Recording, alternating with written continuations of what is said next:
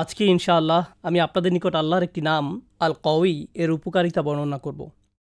আল কওয়ি অর্থ শক্তিশালী, ক্ষমতাশালী। এই অসাধারণ শব্দটি দ্বারা আল্লাহর একটি নাম প্রকাশ করা হয়। শব্দটি শুনলেই আপনি বুঝতে পারেন এর মানে হলো আল্লাহ সর্বশক্তিমান।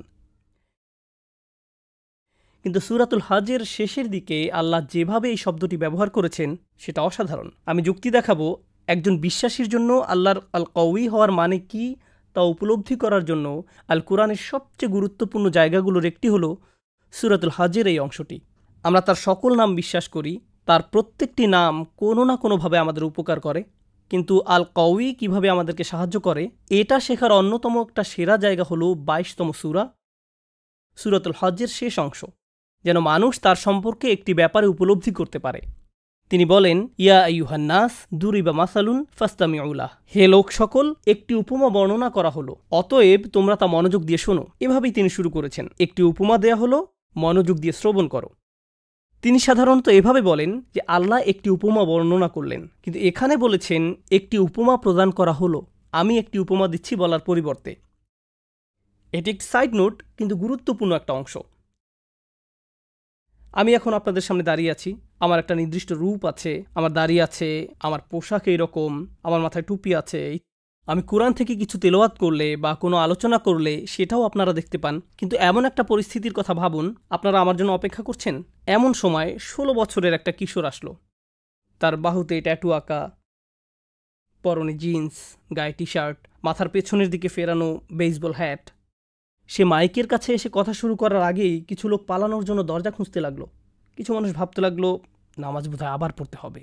কেউ কেউ ভাবতে লাগলো তাকে মঞ্চ থেকে সরানোর জন্য কি কেউ নেই, কেন সরানো হচ্ছে না।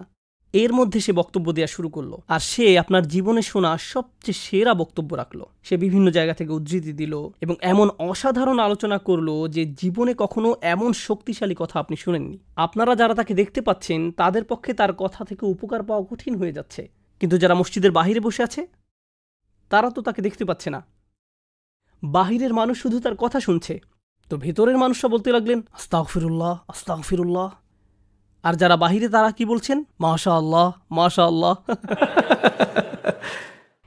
এই উদাহরণটি পেশ করার কারণ হচ্ছে মানুষ কারো কথা শোনার আগে তার চেহারা বা সুরতের দিকে লক্ষ্য করে। আমরা কারো বক্তব্যের চেয়েও তার পোশাক পরিচ্ছদ, তার চেহারা সুরতের দিকে বেশি মনোযোগ দিয়ে থাকি, এবং সেজন্য কারো পোশাকের দিকে তাকিয়েই বলি সে যাই বলুক না কেন তার কথা শোনার কোনো মানে হয় না।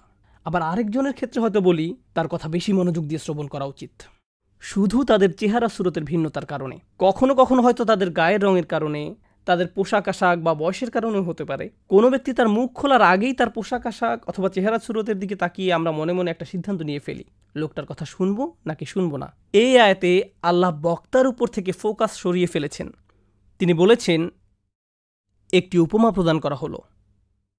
আল্লাহ এই উপমাটি দিচ্ছেন অথবা রাসূলুল্লাহ সাল্লাল্লাহু আলাইহি ওয়াসাল্লাম দিচ্ছেন, এই ব্যাপারটা আপাতত একদিকে সরিয়ে রাখুন। উপমাটি কে দিচ্ছে তার দিকে মনোযোগ না দিয়ে উপমাটির দিকে মনোযোগ দাও।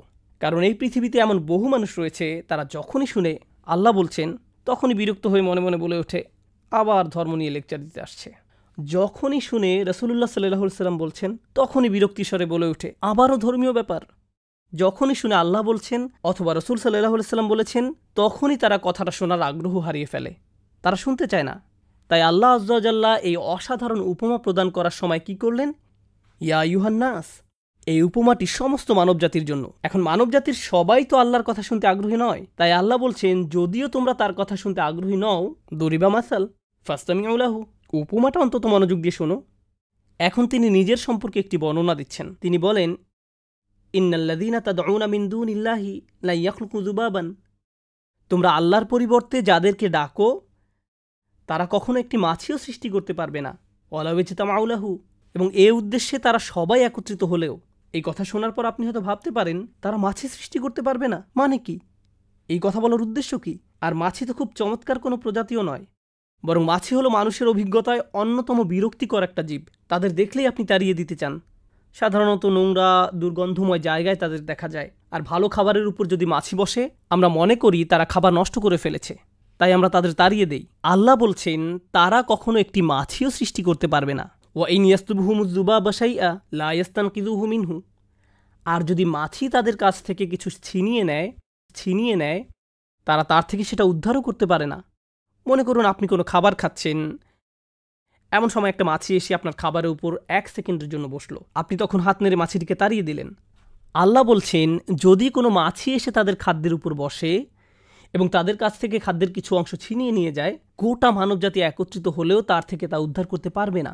এ কথাই তিনি বলছেন, লা ইয়াস্তানকিযু মিনহু, তারা এটা পুনরুদ্ধার করতে পারবে না। এখন মানুষের ক্ষেত্রে কিছু মানুষ শক্তিশালী আর কিছু মানুষ দুর্বল। কিছু মানুষ গরিব, আবার কিছু মানুষ ধনী। অনেক মানুষের কোনো প্রভাব প্রতিপত্তি নেই, তাদের হয়তো থাকার একটা ঘরও নেই। আবার এমনও অনেক মানুষ আছে যারা পরমাণু বোমা নিক্ষেপ করার ক্ষমতা রাখে, যারা পৃথিবীর সবচেয়ে শক্তিশালী সেনাবাহিনী নিয়ন্ত্রণ করে ইতিহাসে এবং আজকের দিনেও। এখন ফেরাউনের মতো রাজা যদি নিজ প্রাসাদে বার্গার খেতে বসে, আর এমন সময় একটা মাছি এসে তার খাবারের উপর বসে, তাকে অসম্মান করে, ভাবতে পারেন রাজা খেতে বসলো আর কেউ একজন এসে বলল, এই খাবারটা আমার খুব পছন্দের, আমি এই ক্যাচাপটা খাবো, লোকটা মারা পড়বে। এখন মাছি এসে যদি তার খাবার খাওয়া শুরু করে আর ফেরাউন রাগান্বিত হয়ে বলে, কত বড় সাহস, আমি আমার খাবারের থেকে ফেরত চাই, এমনকি যদি তারা মাছিটি ধরেও ফেলে, কি করতে পারবে? খাদ্য পুনরুদ্ধার করতে পারবে না। এই অসাধারণ উপমাটির মাধ্যমে আল্লাহ সুবহানাহু ওয়া তাআলা আগেরকার দিনে যারা মূর্তি পূজা করত তাদের নিকট একটা ব্যাপার পরিষ্কারভাবে তুলে ধরলেন। এমন মূর্তি পূজকদের অনেকেই তাদের মূর্তির সামনে খাবার পেশ করত। তারা দুধ, মধু, চকলেট, আইসক্রিম, আমি জানি না, যাই আনুক না কেন, মূর্তির সামনে এই খাবারগুলো পেশ করত। আর এই মন্দিরগুলো সাধারণত উন্মুক্ত থাকে। এখন মূর্তির সামনে যদি এমনভাবে খাবারগুলো উন্মুক্ত থাকে, কে আসবে এগুলো খেতে? মাছি আসবে। একটা মাছি গিয়ে তাদের বিশাল মূর্তির নাকের ডগায় গিয়ে বসে, এই যে তোমার খাবার, এখন আমি খাবো, মাইন্ড করবে না তো? তারপর একটি খাবারের উপর বসে এক টুকরা খাবার নিয়ে উড়ে চলে যায়। আর তাদের দেবতার কোনো ক্ষমতাই নেই এই খাবার প্রতিরক্ষা করার। এখন তাদের এই পবিত্র খাবার, যাতে তারা বিভিন্ন তন্ত্রমন্ত্র পরে ফু দেয়, প্রার্থনা করে ইত্যাদি। এখন আপনি সেখানে গিয়ে যদি বলেন, আরে এটা তো আমার সবচেয়ে প্রিয় চকলেট, তারপর একটা নিয়ে নিলেন, তখন তারা কি করবে? আপনার হাত থেকে কেড়ে নিবে, আর খেয়ে ফেললে হয়তো আপনাকে মারতে আসবে, কারণ তাদের মতে আপনি এটাকে অপবিত্র করে ফেলেছেন। অথচ তাদের ধর্ম প্রতি মুহূর্তে অপমানিত হচ্ছে কার দ্বারা? আল্লাহ বলছেন, এই মাছি তোমাদেরকে শেখাচ্ছে এই দেবতাগুলো শক্তিহীন। মাছি তোমাদেরকে এটি শিক্ষা দিচ্ছে। তো আল্লাহ বলছেন, আমি তোমাদেরকে ছোট একটি উদাহরণ দিচ্ছি। আল্লাহ ছাড়া তোমরা যাদেরকে ডাকো, প্রথমত তারা এমনকি একটি মাছিও সৃষ্টি করতে পারবে না। আর যদি মাছি তাদের খাবারের কিছু অংশ কেড়ে নিয়ে যায়, কিভাবে তারা এই খাবার উদ্ধার করবে? মজার ব্যাপার হলো, আমি এই আয়াতটার কারণে মাছি সম্পর্কে আগ্রহী হয়ে উঠেছিলাম। কিভাবে মাছি খাবার খায় আমি সেটা জানতাম না। কোনো মাছি যখন খাবারের উপর বসে, সে তখন মুখ থেকে লালা ছাড়ে, তারপর সেই লালা দিয়ে একটা ব্যাগ তৈরি করে। খাবার এই ব্যাগের ভিতরে যায়, তারপর সেই ব্যাগ নিয়ে পালিয়ে যায়। আর এই ব্যাগটা হলো অ্যাসিডের তৈরি। খাবার ব্যাগের মধ্যে প্রবেশ করার সাথে সাথে কেমিক্যাল রিঅ্যাকশন শুরু হয় এবং খাবারটি চিরকালের জন্য পরিবর্তিত হয়ে যায়। তাই কথার কথা, যদি আপনি আয়াতটিকে ভুল প্রমাণ করার জন্য কোনো টেকনোলজি আবিষ্কার করেন, কোনোভাবে মাছিটাকে ধরে ফেললেন, তারপর পেট্রি ডিশের উপর রেখে এই খাবার উদ্ধারের দায়িত্ব দিলেন বিজ্ঞানীদেরকে, কোনো লাভ হবে না। কারণ মাছিটি খাবার স্পর্শ করার সাথে সাথে এটা হারিয়ে গেছে। লা ইস্তানকিযুহু মিনহু, তারা এটা পুনরুদ্ধার করতে পারবে না। এখন আসছে আয়াতের শিক্ষা। আল্লাহ সর্বশক্তিমান, এই ব্যাপারটি নিয়ে আজকে আমি আপনাদের সাথে আলোচনা করতে চেয়েছি। এই উপমার সাথে আল্লাহ সর্বশক্তিমান হওয়ার কি সম্পর্ক আছে? আল্লাহ এখানে একটা মূলনীতি সেট করে দিচ্ছেন। আপনি যদি এই মূলনীতিটি বুঝতে পারেন, তাহলে আল্লাহর এই নামটির তারিফ করতে পারবেন। উপমাটি দেওয়ার পর আল্লাহ আযজা ওয়া জাল্লা বলেন, দুআফাত তালিব ওয়াল মাতলুব। এটি আল কোরআনের একটা অন্যতম শক্তিশালী স্টেটমেন্ট। আমরা জানি পৃথিবীর প্রায় সব ভাষাতেই জ্ঞানগর্ভ কিছু প্রবাদ আছে। এই আয়াত অংশটি কোরআন মাজিদের এরকম একটি গভীর তাৎপর্যপূর্ণ বক্তব্য। এটা ফ্রেমে আটকিয়ে রাখার মতো বা প্রতিদিন চিন্তা করার মতো একটা কথা। খুবই ছোট একটা স্টেটমেন্ট, দুআফাত তালিব ওয়াল মাতলুব, কিন্তু খুবই শক্তিশালী একটি সত্য কথা। এর মানে কি? এর মানে হলো প্রার্থনাকারী আর যা প্রার্থনা করা হয়, দুইটা বিষয়, যে প্রার্থনা করছে এবং যা প্রার্থনা করছে, উভয়টি প্রকৃতিগতভাবেই দুর্বল। যে কিছু কামনা করছে সে যেমন দুর্বল, ঠিক তেমনি যা কিছু কামনা করা হচ্ছে সেটাও দুর্বল। কোনো যুবক হয়তো বিয়ে করতে চাচ্ছে, কেউ হয়তো চাকরি পাওয়ার আশায় আছে, কেউ হয়তো আরও বেশি টাকা উপার্জনের ধান্দায় আছে, কেউ হয়তো তার স্বাস্থ্য সমস্যা নিয়ে ঠিক করার চেষ্টায় আছে, কেউ হয়তো তার অর্থনৈতিক সমস্যা সমাধানের চেষ্টায় আছে, আবার কেউ হয়তো পারিবারিক সমস্যা মোকাবেলার চেষ্টায় আছে। প্রত্যেকেই কিছু না কিছু আকাঙ্ক্ষা করছে, কিছু না কিছুর অভাব বোধ করছে। মূলত আমরা দুটি জিনিসের পেছনে ছুটি। হয় আপনি এমন ভালো কিছুর সন্ধানে আছেন যা এখনও অর্জন করতে পারেননি, যেমন গাড়ি চালিয়ে কোথাও যাচ্ছেন আর রাস্তার পাশে চমৎকার একটা সুন্দর বাড়ি দেখলেন, তখন ভাবতে লাগলেন একদিন ইনশাআল্লাহ। অথবা কোনো গাড়ির দিকে তাকিয়ে মনে মনে ভাবেন একদিন আমিও এরকম একটা গাড়ি কিনবো। এরপর আপনি আপনার মোবাইল ব্যাংকের অ্যাকাউন্ট চেক করে দেখেন কত টাকা আছে। Not enough, not enough, not enough. এভাবে জমতে থাকলে আর মাত্র 12 বছর পরে এই গাড়িটি কিনতে পারবো। তাহলে প্রতিটি মানুষ এমন কিছুর পেছনে ছোটে যা এখনও সে অর্জন করতে পারেনি।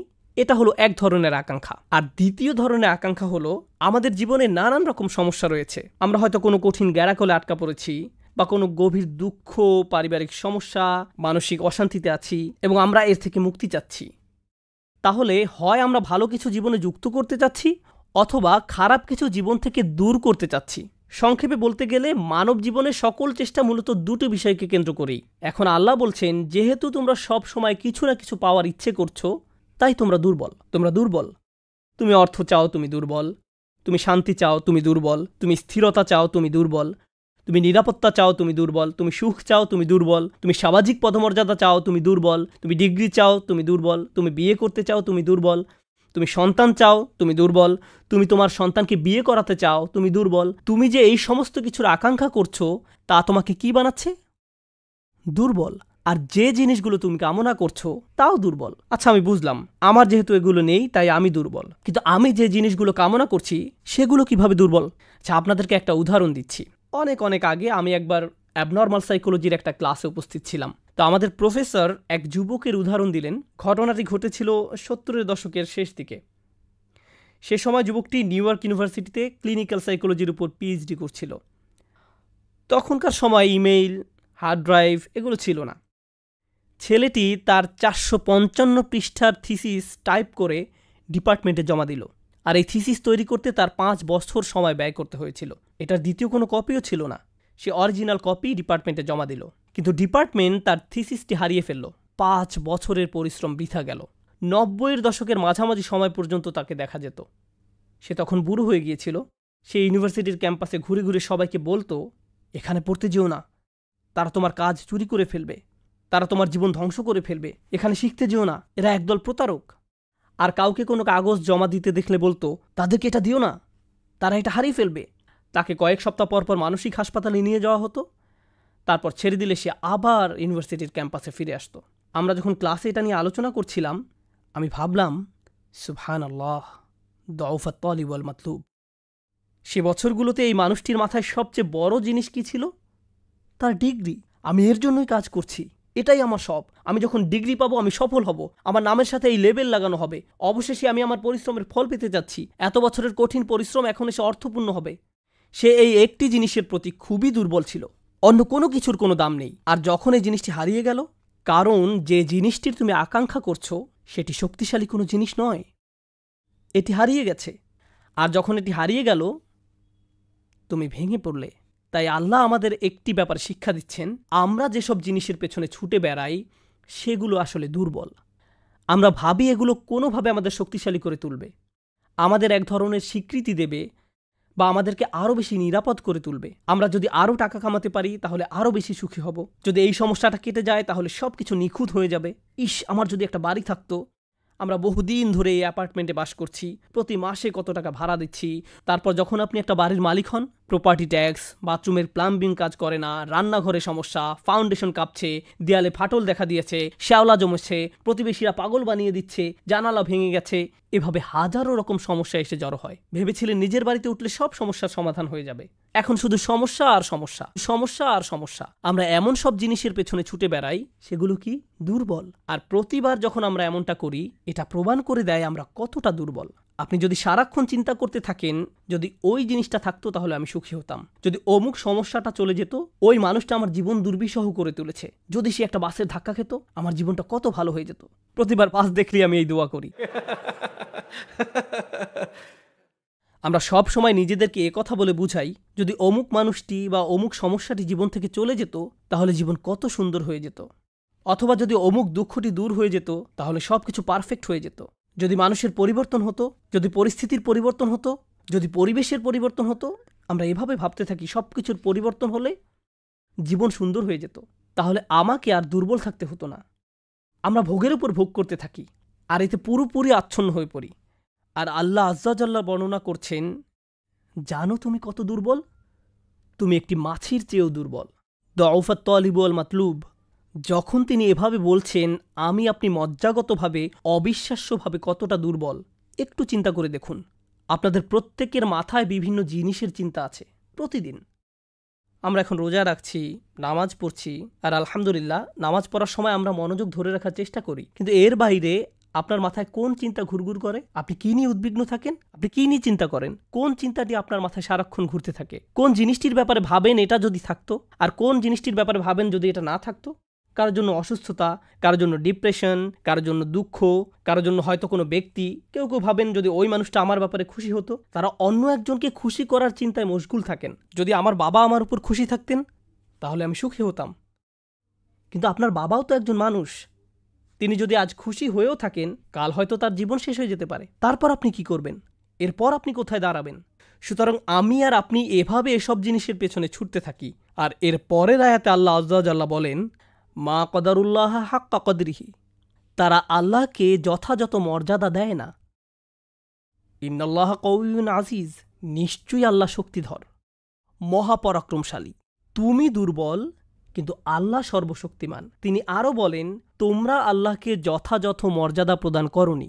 জানেন তিনি আমাকে আপনাকে কি বলছেন?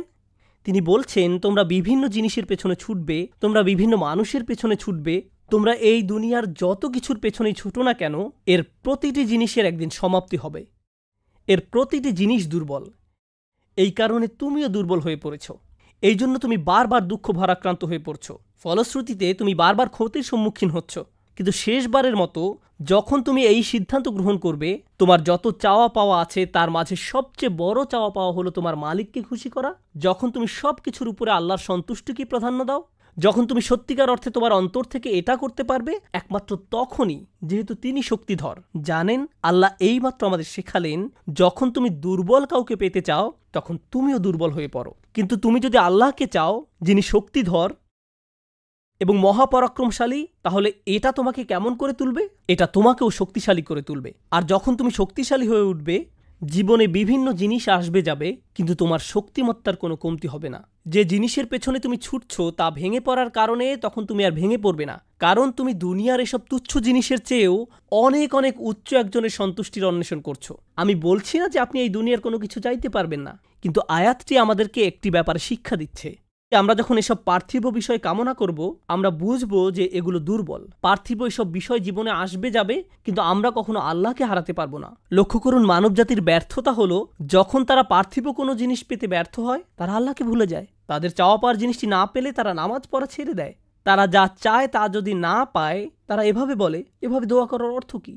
তারা যখন তাদের আকাঙ্ক্ষার বস্তুটি পায় না, তখন দুঃখ হতাশা একেবারে ভেঙে পড়ে এবং বলে, আমি তো আল্লাহর সাথে কথা বলার শক্তিও পাচ্ছি না। এমনটি ঘটার কারণ হলো, সমস্যায় পড়ার পূর্বে আল্লাহর সাথে তাদের বন্ধন শক্তিশালী হয়ে ওঠেনি। যদি সে বন্ধনটি আগে থেকেই বর্তমান থাকতো, যেমন মূল যদি শক্তভাবে গাঁথা থাকে, তাহলে ঝড় এলে এদিক ওদিক দুলতে থাকে, সম্পূর্ণ ভেঙে পড়ে না, মূলের উপর দাঁড়িয়ে থাকতো। আর ঝড় চলে গেলে আবার ফল দেয়া শুরু করত। এরকম একটা উপমার কথা কোরআনে অন্যত্র এসেছে, আসলুহা সাবিত ওয়া ফারউহা ফিস সামা। লা ইলাহা ইল্লাল্লাহ হলো এমন একটা বৃক্ষের মতো যার শেকড় মাটিতে এবং শাখা আকাশে উত্থিত। এটাই ঈমানের শক্তি। এই আধ্যাত্মিক শক্তির ধারণাটি আরও পরিষ্কার করার জন্য আমি আপনাদের নিকট একটা উদাহরণ পেশ করব। শক্তিকে আমরা বিভিন্ন জিনিসের সাথে সংযুক্ত করি। আমি বহু বছর আগে একটা ঘটনা নিয়ে কথা বলছিলাম, কিন্তু এখন এটি আমাকে অনুপ্রাণিত করে। যুক্তরাষ্ট্রের নিউ অরলিন্স অঙ্গরাজ্যের একটা পরিবারের একটা ঘটনা। পরিবারটা ছিল অনেক ধনী, তাদের গাড়ি ডিলারশিপের ব্যবসা ছিল, তাদের দোকান ছিল একেবারে সমুদ্র সৈকতের পাশে। তারা দামি দামি গাড়ি আমদানি করত এবং বিক্রি করত। এরপর হ্যারিকেন ক্যাটরিনা আঘাত হানল। ক্যাটরিনা এসেছিল বিশাল জলোচ্ছ্বাস নিয়ে এবং এর ফলে তাদের কেনা সকল গাড়ি ভেসে গেল। একমাত্র লেক্সাস এলএস মডেলের একটা গাড়ি বর্তমান ছিল এবং পরিবারটা এই গাড়িতে করেই হ্যারিকেন আক্রান্ত এলাকা থেকে পালিয়েছিল। দুর্যোগ শেষ হওয়ার কয়েক মাস পরে, স্টেটের সব কিছু খুলে দেওয়ার পর আমি আবার তাদের সাথে দেখা করতে গিয়েছিলাম। যে পরিবারটি মাসে প্রায় 2 কোটি টাকা আয় করত, তারাই এখন সেই লেক্সাস গাড়িতে করে পিজা ডেলিভারি দিচ্ছে। পরিবারটি এখন এই কাজ করছে। এক ব্যক্তির পিজা দোকানের জন্য তাদেরকে হায়ার করা হয়েছিল। মা বাবা দোকানে পিজা বানাতো আর ছেলে লেক্সাসে করে সেই পিজা ডেলিভারি দিত। আমি যখন এটা দেখলাম, কল্পনা করতে পারেন অন্য কেউ যদি এরকম পরিস্থিতিতে পড়তো, অন্য কোনো মিলিয়নিয়ার যদি এভাবে দেউলিয়া হয়ে যেত, তাদের কি হতো? তারা সম্পূর্ণ হতাশ হয়ে যেত, মদের বোতল হাতে জীবন পার করে দিত। কারণ তারা মনে করত যা তাদের ছিল তাই তাদের শক্তিশালী করেছে। এখন যেহেতু এই সম্পদ হারিয়ে গেছে, আমার পক্ষে আর এই পরিস্থিতি মোকাবেলা করা সম্ভব নয়, এই ধরনের ক্ষতি সহ্য করা সম্ভব নয়। কিন্তু এই পরিবারের ক্ষেত্রে যখন আমি তাদের সাথে দেখা করলাম, সবাই খুবই শান্ত, নির্বিঘ্ন। বাবার অনেক বয়স হয়েছিল। এই রকম বয়সে এমন ক্ষতির সম্মুখীন হলে মানুষ হার্ট অ্যাটাক করে, উচ্চ রক্তচাপে ভোগে, কিন্তু এই মানুষটা সম্পূর্ণ শান্ত। তো আমি তাকে জিজ্ঞেস করলাম,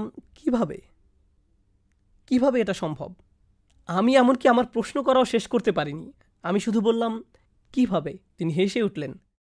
তিনি বললেন, যখন ব্যবসা ভালো ছিল, আমি সারাক্ষণ ফোনে ব্যস্ত থাকতাম। শিপমেন্ট এসে পৌঁছেছে কিনা, পেমেন্ট দিতে দেরি হচ্ছে কিনা, কার কি ডেলিভারি দেওয়া প্রয়োজন, কাস্টমার খুশি কিনা, ট্যাক্সের হিসাব ঠিক আছে কিনা, কর্মচারীদের সমস্যা, অমুক সমস্যা, তমুক সমস্যা, এসব কারণে আমি কোনো মতে জুমার নামাজে উপস্থিত হতে পারতাম, কোনো রকমে।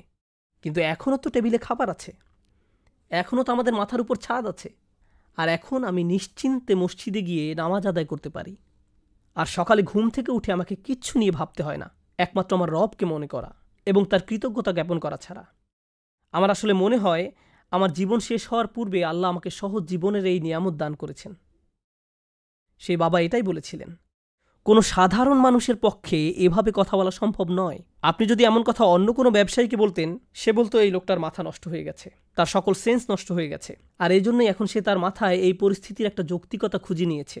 আপনাদেরকে একটা কথা বলছি, একজন মানুষের পক্ষে কেবল তখনই এভাবে কথা বলা সম্ভব যখন সে বুঝতে পারে যেসব জিনিসের পিছনে সে ছুটছে তা দুর্বল। কেবলমাত্র আল্লাহই শক্তিশালী।